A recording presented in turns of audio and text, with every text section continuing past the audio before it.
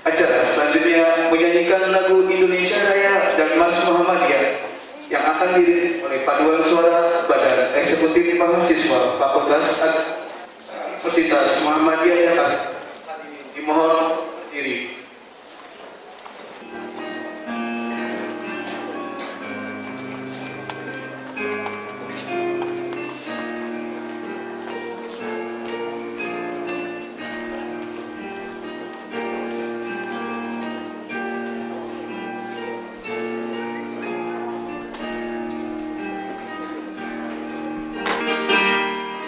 Indonesia tanah airku, tanah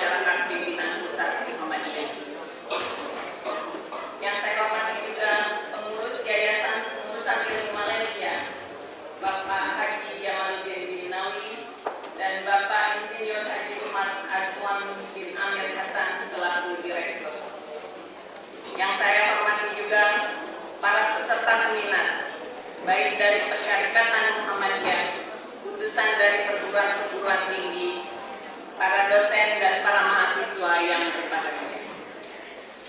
Kegiatan seminar ini berlangsung 2 hari, yaitu pada hari Senin dan pada hari Selasa dan Rabu, pada bertepatan tanggal 10 dan 11 Maret 2015. Kegiatan ini dipersamakan dengan juga kegiatan pasar tradisional, yang mana selama 2 hari ini diadakan kegiatan atau bertransaksi atau bermuamalah dengan jual beli dinar dan dirham, yang juga diikuti oleh para mustahik sebanyak 100 orang.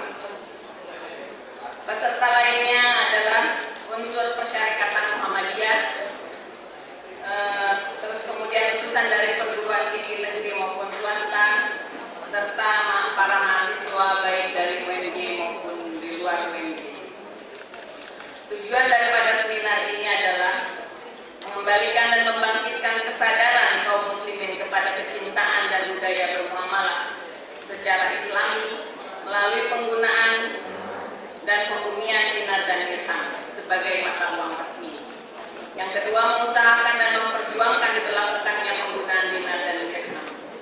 Yang ketiga, memberikan input dan pengaruh positif serta mendorong agar organisasi masyarakat Islam, khususnya Persyarikatan Muhammadiyah, untuk dapat melakukan kajian mendalam dan menerbitkan fatwa atau anjuran bagi warganya tentang keharusan mempergunakan mata uang dinar dan dirham dalam muamalah.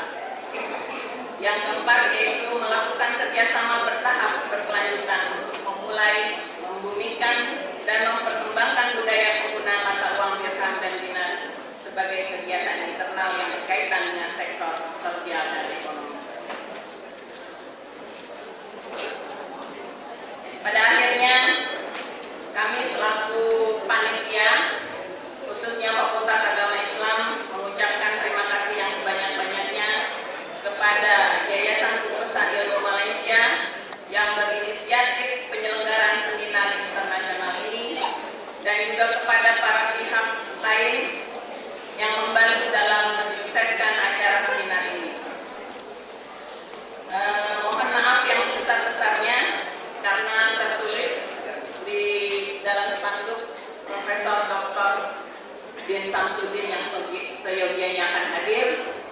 Namun pada malam hari tadi beliau confirm bahwa memohon maaf yang sebesar-besarnya beliau tidak dapat hadir, dan juga kami juga panitia juga memohonkan maaf yang sebesar-besarnya karena pada hari ini mendadak rektor kita juga tidak dapat hadir karena beliau mendadak harus ke Surabaya pada hari ini.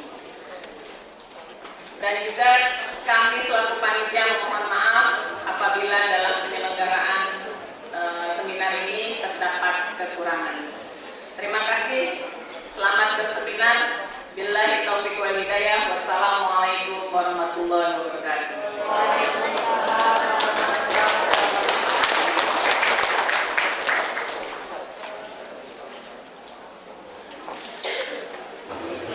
Assalamualaikum warahmatullahi wabarakatuh. Waalaikumsalam warahmatullahi wabarakatuh.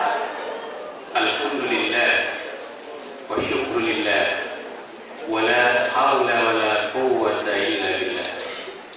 Wassalatu wassalamu ala Rasulillah wa ala alihi wa sahbihi wa mawala. Asyhadu an la ilaha illallah wahdahu la syarika lah wa asyhadu anna Muhammadan abduhu wa rasuluhu la nabiyya ba'dahu.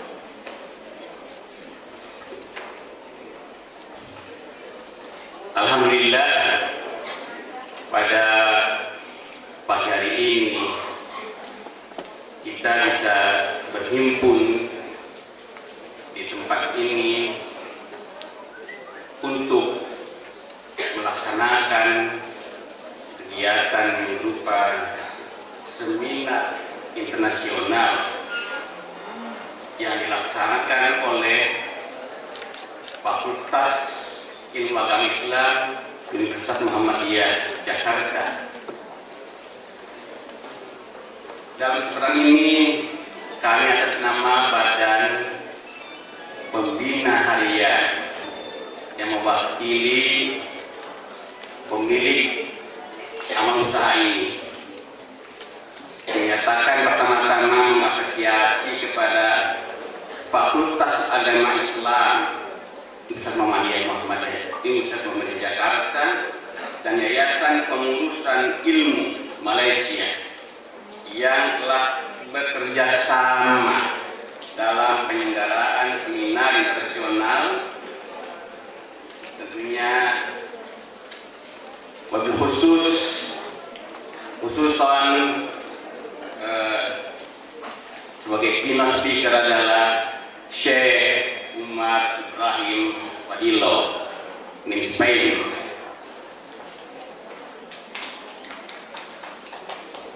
Topik seminar ini sangat menarik, yaitu mengembalikan dinar dirham sebagai mata uang syariah dalam perjuangan untuk menyelamatkan perekonomian global.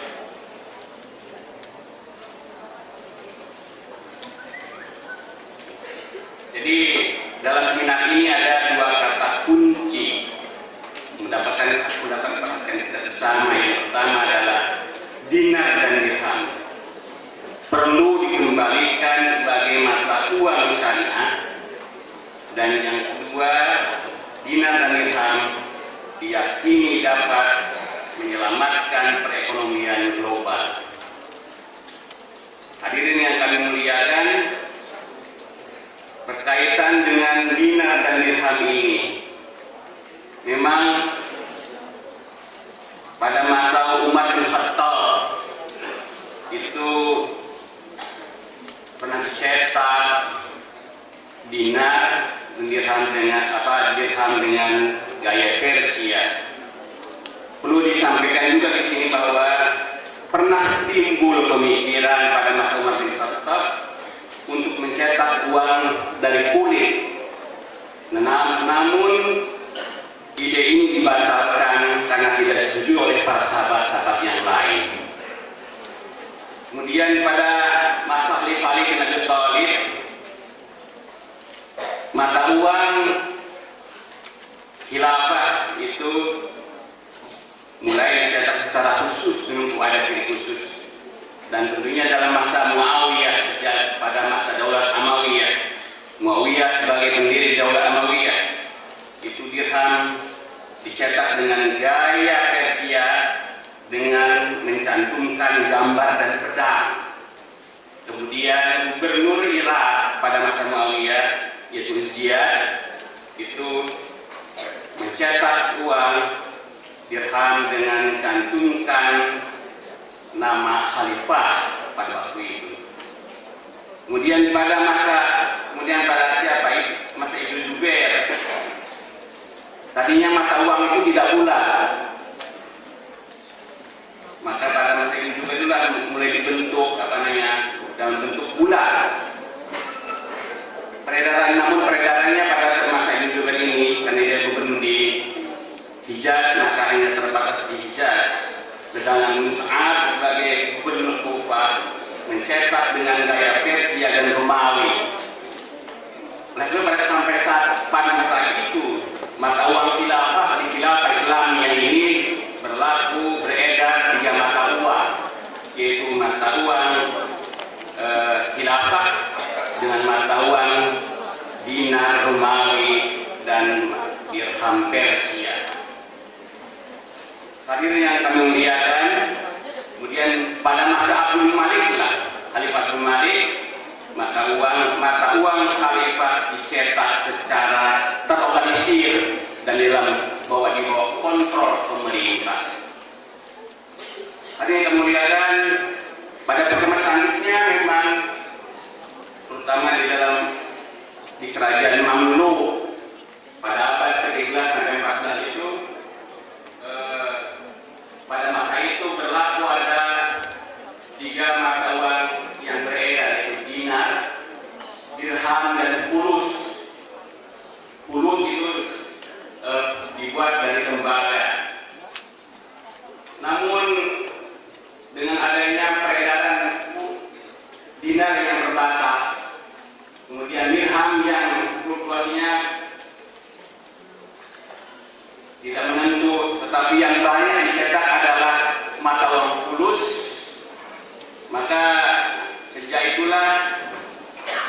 sistem moneter di kerajaan Mamluk mendapatkan krisis. Oleh karena itu, maka tidak heran ketika ditinggalkan dinar dan dirham, maka bila sistem moneter modern ini dengan mata uang kertas tentu akan tetap menimbulkan krisis pada perekonomian kita selama ini. Oleh karena itu, Fakultas Ekonomi Islam berinisiatif bersama dengan pengkajian pengurusan ilmu dari Malaysia sengaja untuk menyadarkan kita kembali wilayah seminar ini untuk mengembalikan mata uang dinar dan dirham sebagai simbol dari ekonomi Islam yang kata Pak Zaid itu jangan sampai simbol saja tapi dilaksanakan sebagai mata uang yang bisa beredar di masyarakat. Tadi kami melihatkan dinar dan dirham sudah digantikan oleh uang kertas jelas, paper money dalam semua transaksi, dalam muamalah, baik kita sebagai orang masyarakat muslim juga. Masyarakat dunia dengan sistem perekonomian sekarang ini banyak mengalami krisis dan kesengsaraan akibat dengan menggunakan mata uang kertas yang memang itu tidak stabil.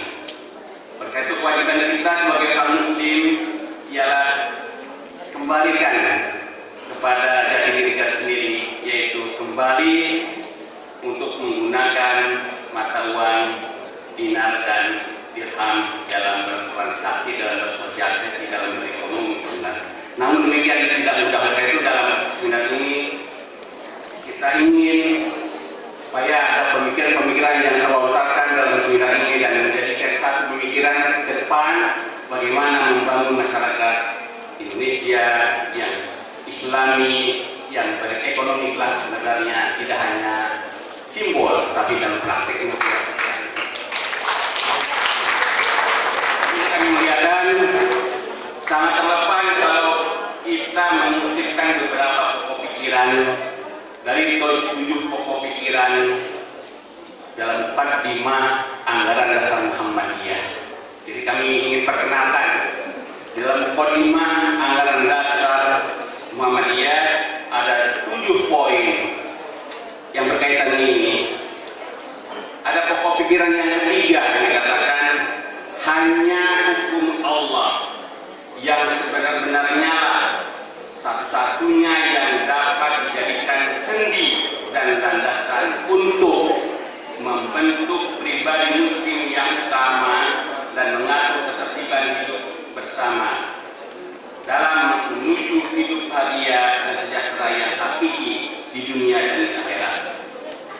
Sangat jelas sekali pokok pikirannya yang itu dirumuskan oleh Muhammadiyah. Yang kedua, pokok pikiran yang kelima, perjuangan menegakkan dan menjunjung tinggi agama Islam sehingga terwujud masyarakat Islam yang sebenarnya hanya akan dapat berhasil bila mengikuti jejak atau ittiba perjuangan para nabi, terutama perjuangan Nabi besar Muhammad SAW. Nah, berdasarkan pokok pikiran ini maka memang untuk menegakkan kembalinya dinar dan dirham itu tidak mudah.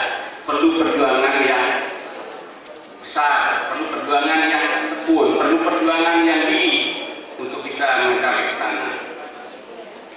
Keprihatinan bahwa kita semua dan termasuk Muhammadiyah masih belum dapat secara sempurna bagaimana menegakkan dan menjunjung tinggi agama Islam sehingga termasuk sampai sebenarnya ini, terutama di dalam perekonomian tentunya.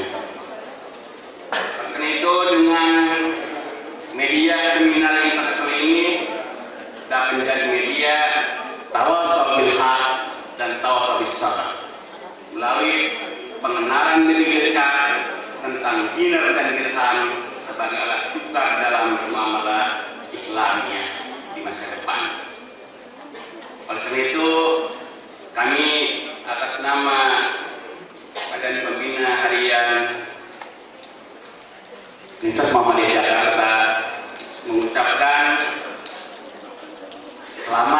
berseminar, dan mudah-mudahan para peserta seminar dan para narasumber berkenan untuk berseminar selama 2 hari di sini di kampus yang di Lembah Cirende ini. Ini namanya juga kampus Muhammadiyah adalah kampus Lembah Cirende.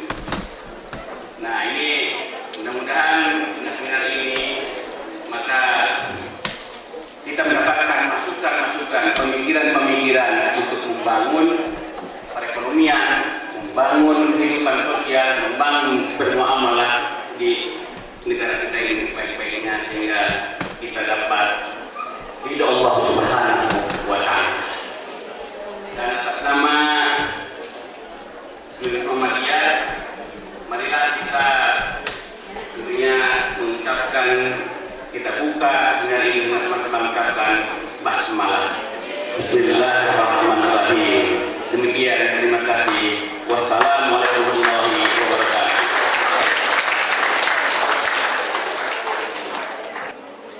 البرنامج التالي كلمة الالتزام عن الندوة العالمية بالموضوع mengembalikan dinar dan dirham sebagai mata uang syariah dalam perjuangan untuk menyelamatkan perekonomian global. Min fadilati Syekh Umar Ibrahim Fadil Isbani, falyatafadhal mashkur.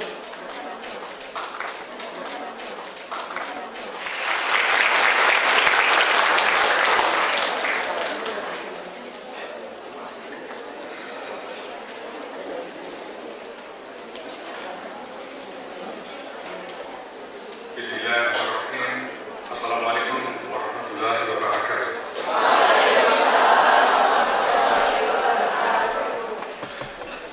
Asyhadu an la ilaha illallah.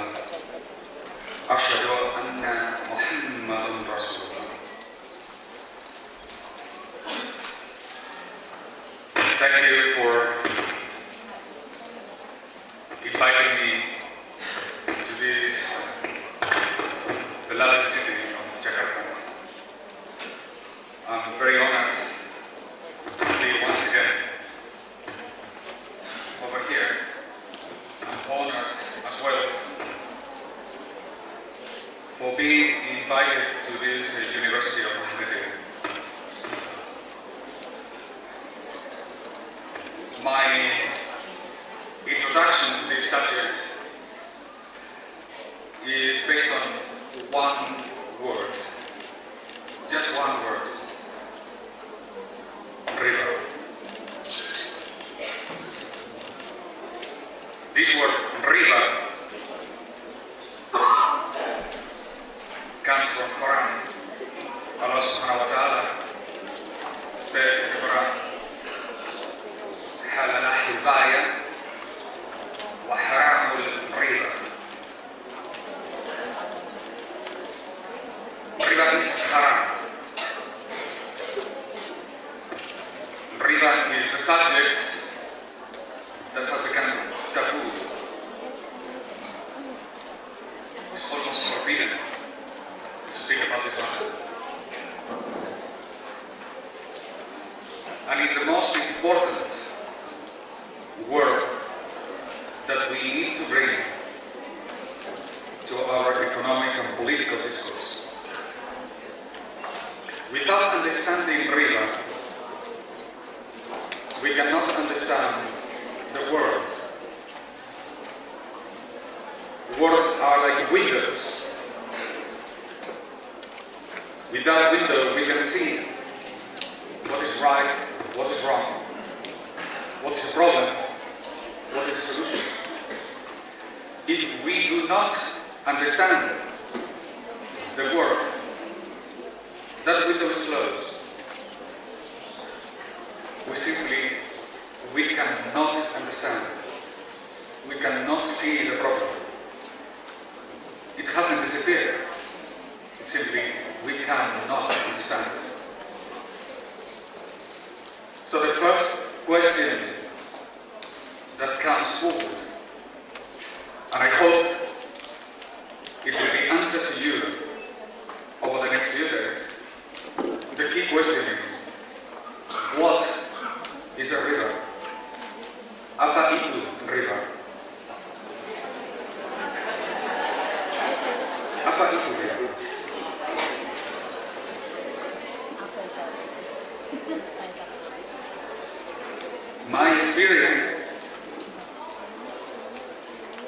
is that 99% of the ulama do not know. Let me say it again. 99% of the ulama do not know what is riba. I live in Pakistan. I am teaching what is riba. In Malaysia, the ulama do not know what is riba. So perhaps the first indication or the first insight rather on this matter is, do you know what is riba? Individually. Do you know what is riba? If I ask any one of you, I don't want to embarrass you, but do you know what is riba? The majority of you will say interest. Right?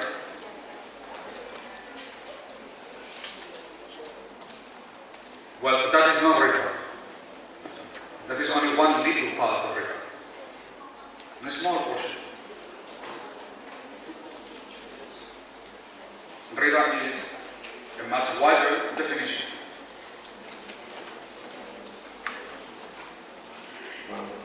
That includes not only interest, but something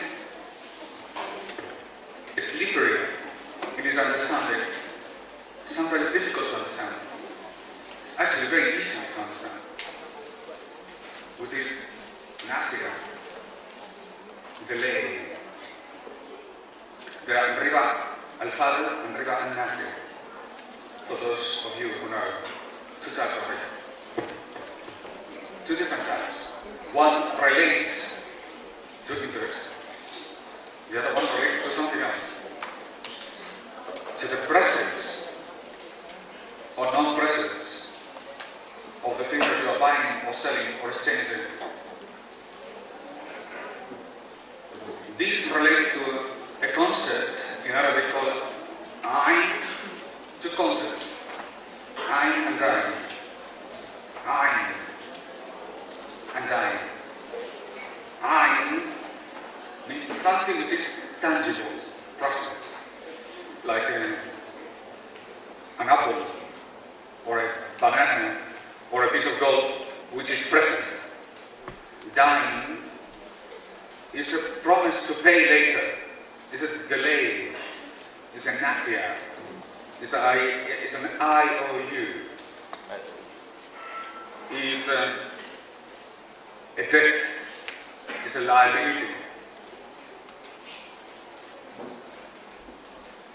It is forbidden in Islam to pay zakat with dayn. The zakat must be paid in ayn. So this is very important because it relates to an issue that we cannot ignore. This is a US dollar. I was looking for a Indonesian rupee, but I don't have any. Can I borrow some from anyone? Wow.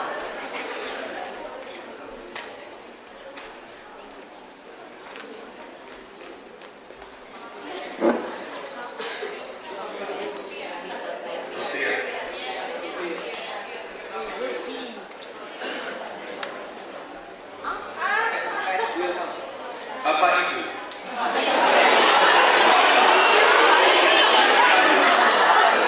Apa ini?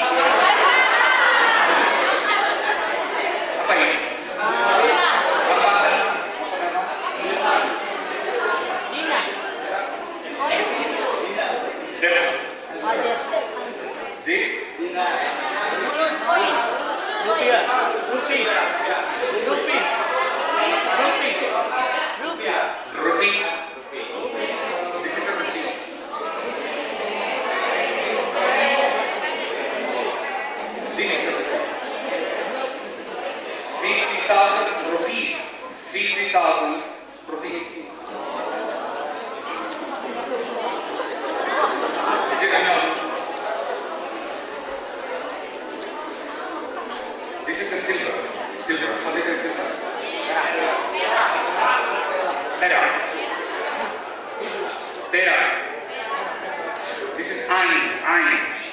Ein. Done. I promise. I promise to pay. I promise to pay 50,000 rupiah. 50,000 rupiah. But there is a problem. The value of this is approximately around 10 US dollars. How much is that in rupiah? $10. 130,000 rupiah. 130,000 rupiah. So one of these is more than twice the value of this. The value of one of these more than double the value of 50,000 dime. Now, it says something of the nature. The Bank of Indonesia promised to pay, right? Promised to pay 50,000 of these. So what will happen if I go to Bank Indonesia, which I am sure is here in Jakarta, I go and I say, thank you for keeping my rupees, thank you. Now please give it back to me. Give me 50,000. This is the receipt. Keep the receipt, give me 50,000 rupees. Did you understand? Yes. What will happen? What will happen if you go to the Bank of Indonesia and you say, give me 50,000 rupees? They will look at you and they will say, this is it. This is 50,000 rupees. No, there. This is 50,000 rupees.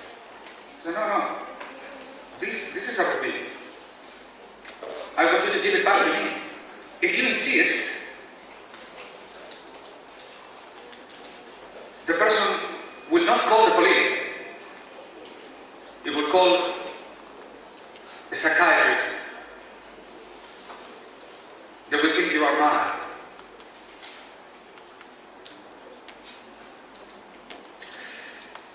But only because you are asking a question that you cannot ask. If riba is haram, bank is haram. Bank Indonesia is haram. You see the problem? Then I put the haram in my pocket.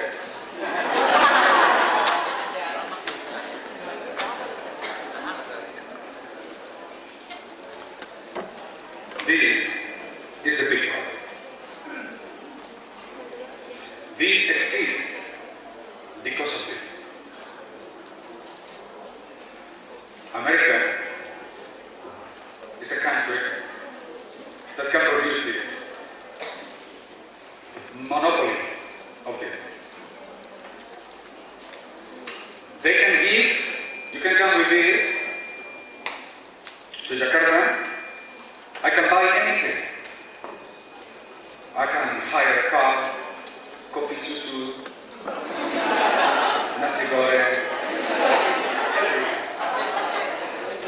But if you go to New York, if you go to America, with these, you go kopi susu.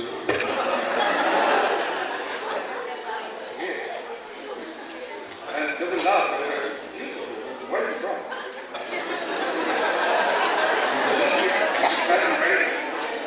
Europe? They will not accept it. They will not accept it. They will think it is a joke. But these accepted worldwide.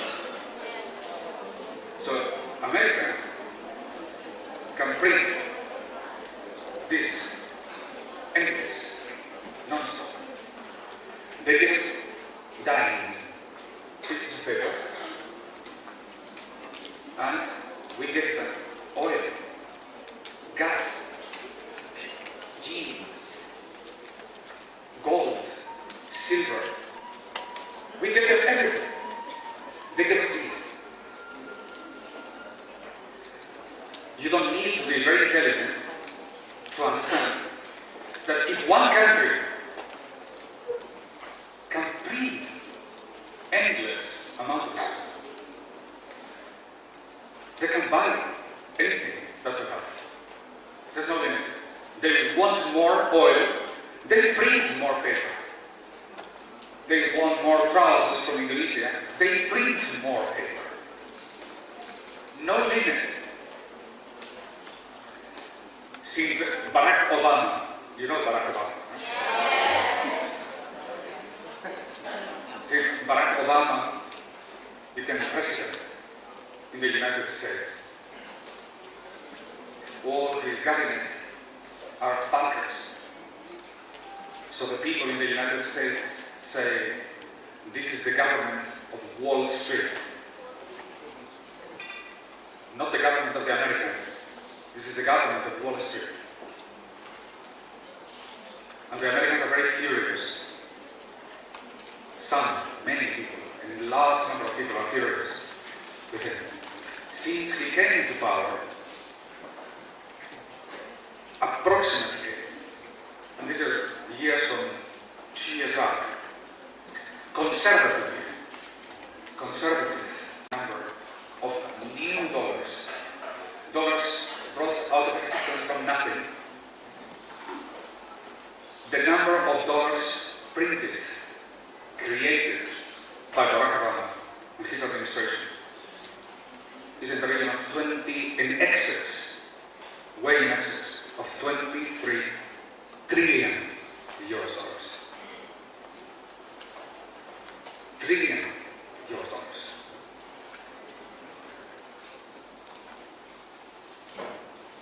This is the biggest theft we have witnessed, the largest theft of wealth in the history of mankind.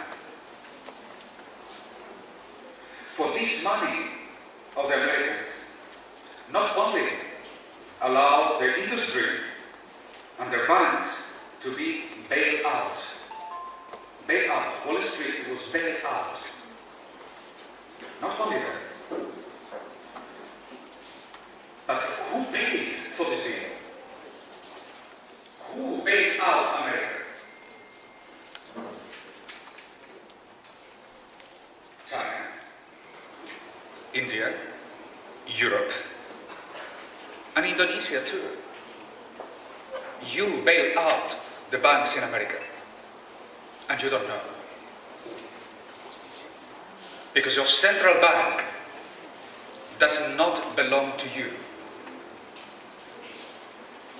Because the central bank is part of a structure that does not care about people. This is an elite above nations, above democracy, above the interest and accountability and responsibility that people would demand from them. They are unelected, untouchable, unreachable. They are the financial elite. They fly above all of us. We can only point a finger, but it's nothing. We don't have the tools to bring them to court, to make them accountable, to make them responsible. This is why in the West, the young people are protesting. A different movement of the Occupy movement. In Spain, in Greece, in Ireland, in England, in the United States, people came out of nowhere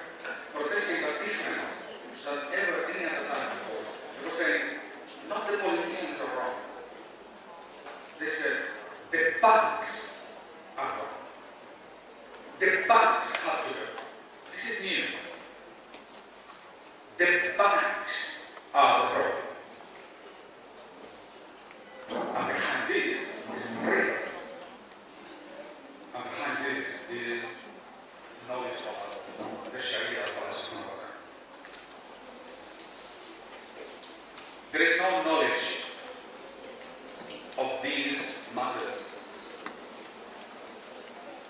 The science of the dinar and the dirham and tijara in Islam, this science is called muamalat.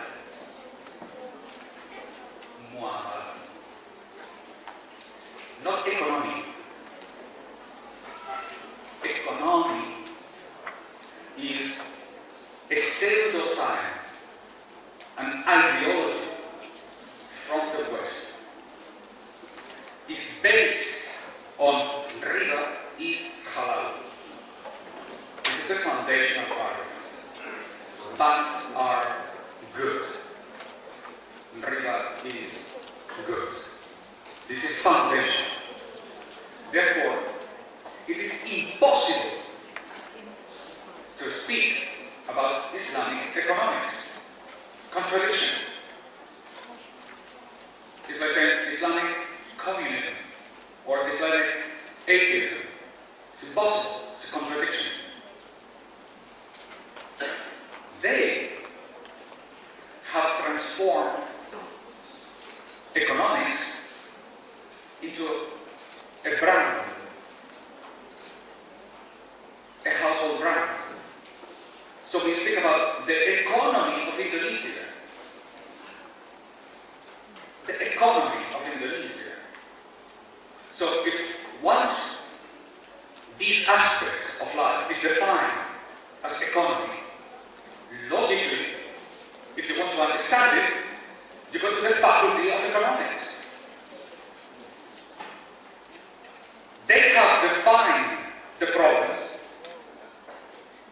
and they have the solutions. It's like when the pharmaceutical industry defines a drug, and then it defines the illness that these drugs cures. There's not economy, there is muamalat. If you want to understand society, you have to understand muamalat. And you have words that you have to learn.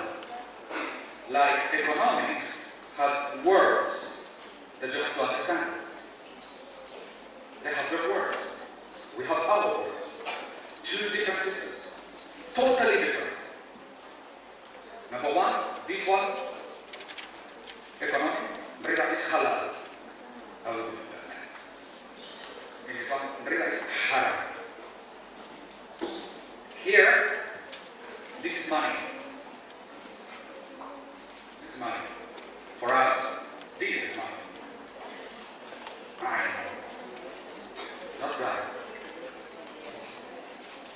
For us, the marketplace, souk, the souk must be waqf, public. Marketplace cannot be privatized. No malls, no Indomaret, no Carrefour, no malls, no supermarkets, but public marketplaces. This was created, brought into life by Rasulullah in the city of Medina. He made a mosque, masjid, and souk. And Rasulullah said, the masjid cannot be privatized. It cannot be the private mosque of Ahmed ibn Hanif. The masjid belongs to everybody. It belongs to Allah. It can be used by all Muslims. The marketplace must be, Rasulullah said, is a sadaqah to the people like the masjid. Like the masjid. It cannot be privatized. Never in the the history of mankind. Never. The souk was privatized. Never, even before Islam, the Romans, public marketplaces. The Greeks, public marketplaces. In China, public marketplaces. In Europe, up until Second World War, Britain was full of public marketplaces in the Victorian days. Anywhere you go, into a Muslim city, Isfahan, Istanbul, Damascus, Aleppo, ask, where's the souk? They will take you to the souk. And you will see huge buildings that were wide, public. If you go to Istanbul, ask for the Kapan Çarşı, the Grand Bazaar, they call it there. It had 23 caravanserais. Caravanserai? Apa itu caravanserai? Caravanserai is the market of the caravans. Caravan, how do you say it in Indonesian? Caravan. In Bahasa Indonesia? Caravan, caravan. It's easy. Caravan, right?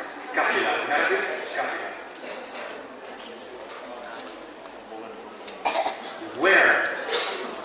Where are the caravans? They have disappeared. Instead of that, you have Indofood, the big corporation that controls 70% of all the food export. It's privatized.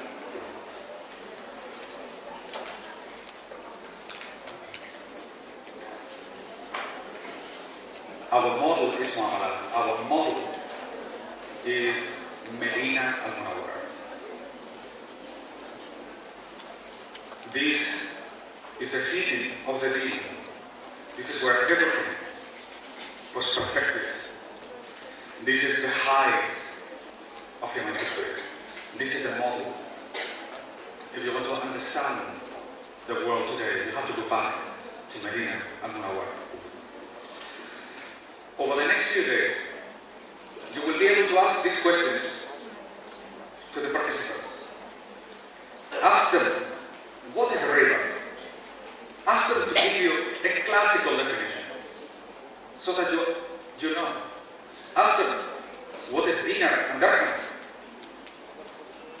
Ask them, what is a souk? What is a caravan? What are the guilds in Islam?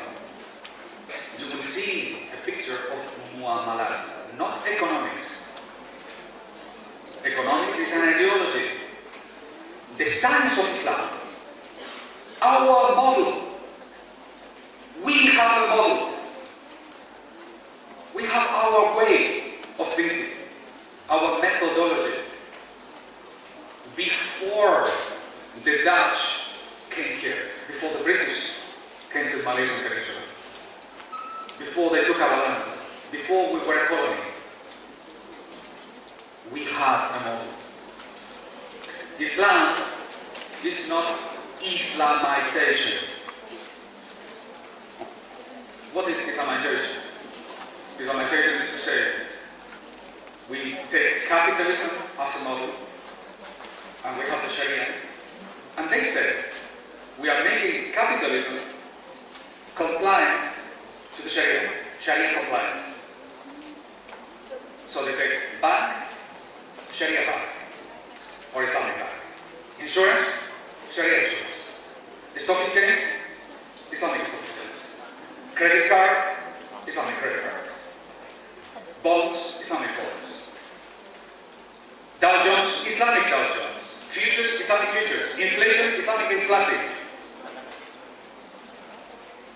This is not making capitalism compliant to the Sharia. This is making the Sharia compliant to capitalism. Capitalism doesn't change. The Sharia is changing. They're changing the Sharia. They're changing our religion in order to accommodate to this. Islamic banking is haram, haram, haram. 3 times haram. It's worse than the other ones.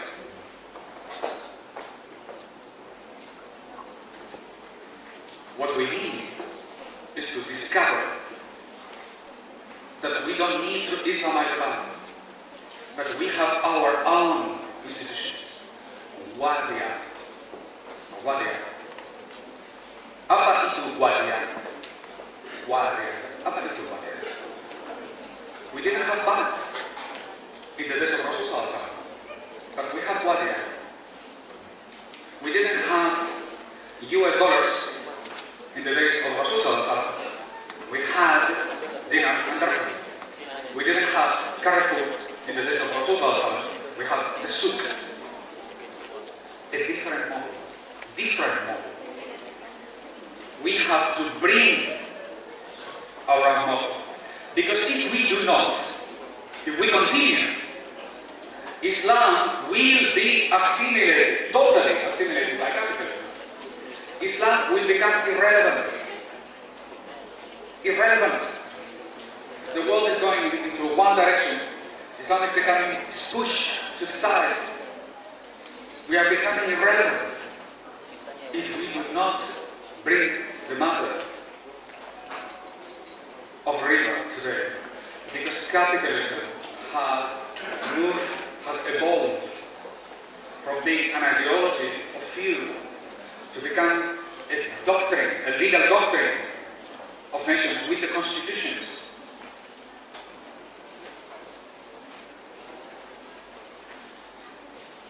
With the constitutions. And now, with the globalization, this ideology has become a religion.